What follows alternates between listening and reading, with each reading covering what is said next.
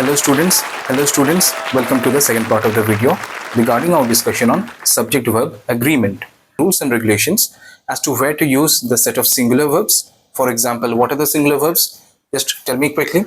Singular verbs, as in case of, let me change, was, is, am, though if I is there in present tense, then am, has, where to use these kind of singular verbs and where to use plural verbs. What are the plural verbs? Plural verbs will be where, then, are, have. These are the different kinds of plural verbs. Understood? So let us learn the rules regarding which are the singular verbs and which are the plural verbs. In singular verbs, first of all, let us focus on the use of and. Okay, and can be used both in case of singular verbs as well as in case of plural verbs. Now, first of all, we have to check whether when two singular nouns, any two singular nouns are joined together with the help of and, whether it is referring to different thing or whether it is referring to the same thing or the same entity or the same concept. Okay, it can refer to the same concept or it can also refer to the same same meaning. It might be having the same meaning. Okay, for example, when two singular nouns are joined together with the help of same object, and if they are referring to the same object or whether it is an object, person or thing, okay, in that case we are going to use singular verb. If both the two singular nouns are referring to a single unit, okay, so n1 and n2 represents a single unit, then we are going to use singular verb.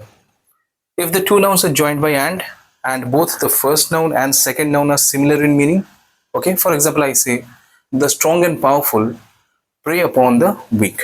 So here the strong and powerful are referring to the same thing, right? So conceptually both of them are synonyms, right? So in that case they are going to be after that or in that sentence we have to use singular nouns. Clear? So these things we have to keep in mind whenever we are joining two singular nouns with the help of and. Now one special thing you must remember is that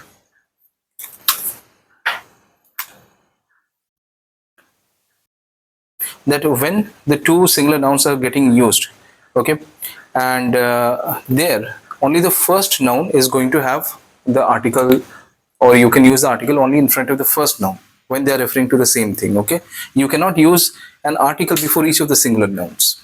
Okay, clear? So this thing please keep in mind. Be careful about this unit, because if you are using the in front of both the singular nouns, then they are going to represent two different things, two different components, two different classes, two different groups. Okay, so we have to be very careful about that. So that part is complete.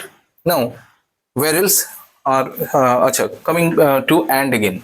So as I said, if two singular nouns are joined by and if they denote different entities, completely separate entities, okay, then in that case we can use plural verb.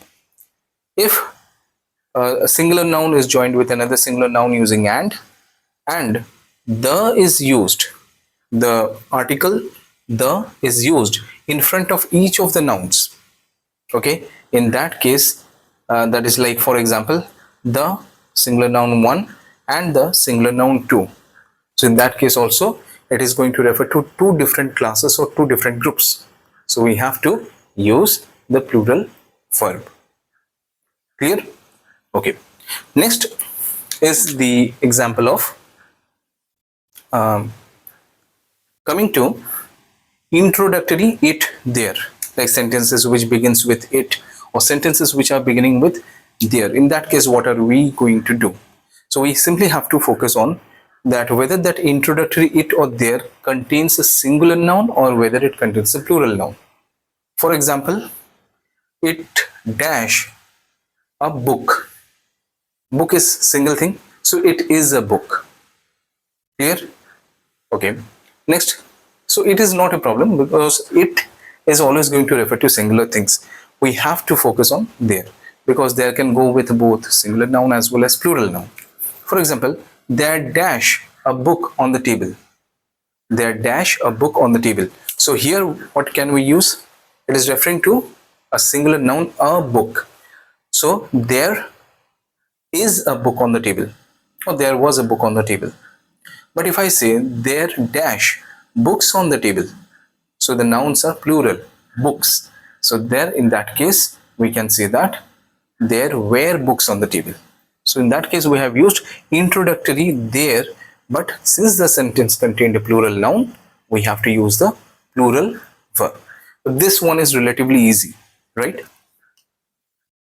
Moving on to the other things where we are sure short to use singular verbs. So these are the two conceptual areas where we need to be careful. Other than this, if you find any collective noun in the sentence and you have to use a verb in agreement with the collective noun. So with any collective noun, you always have to use a singular verb. So singular verb has to be used in case the sentence contains any collective noun. For example, a team of players is waiting on the field.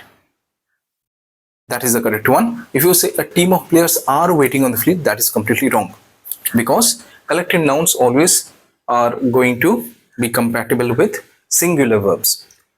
So team, herd, for example, a herd of sheep, a herd of cattle.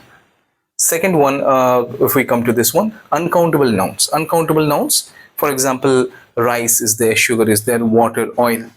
So we say there is some rice in the plate. We don't say there are some rices in the plate, right? For example, in case of sugar, you can say there is some sugar in the jar. So we use there is some sugar, not there are some sugar, right?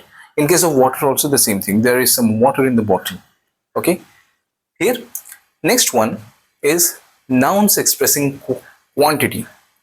Quantity, okay? Quantity, it can be volume, it can be like measurement units. So in those cases, we will say like for 50 kilometers is a long distance, okay? We will not say 50 kilometers are a long distance. Clear? Similarly, 5 hours. 5 hours seems or looks like plural, but we have to use it in a singular sense. That 5 hours is a long time to wait for you, okay? That 5 hours is a long time to wait for you. So here also we have used a singular verb. Here, next, let us come to each, every, like words. If you see words like each, every, any, followed by a noun, then in that case, they are going to be followed by a singular verb, okay? Like every man here has a bike in his house, okay? So we have used the word has a bike. So every man here has a bike in his home. Each man or each boy in the class has done his homework. Has any one of you brought their English books? Okay, so in these cases we have to use the collective, not collective, sorry, singular verbs like was, is, am, or has. Clear?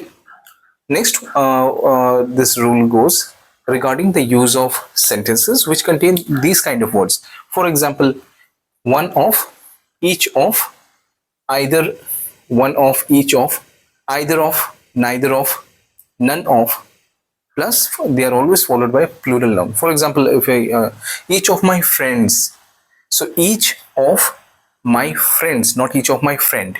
So each of my friends, they end with these kind, they start with these kind of words, however they end with plural nouns. Okay, now be careful. If the phrases start with like one of, each of, either of, neither of, none of, and they are followed by a plural noun, although the end is with plural noun, we will not use plural verbs. We are going to use singular verbs. Understood? Clear? So just a quick recap on where to use singular verbs. So first of all, the basic concept is whenever two nouns are joined, two singular nouns are joined together with the help of and, then we simply have to check whether they are referring to the same thing, or same person, same object, same concept, okay, same group.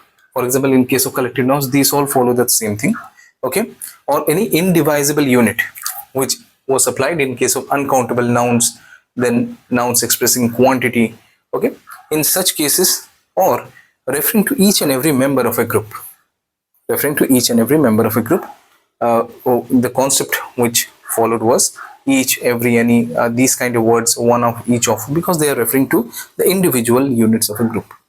So whenever we are looking at an individual sense in a single concept, single this thing, close your eyes, like with a blindfold also, you can directly go to singular verbs. Okay, don't forget about the introductory it, sentences which are starting with it, or sentences which contain there but are followed with singular nouns or contain singular nouns. There also we are going to use singular verbs.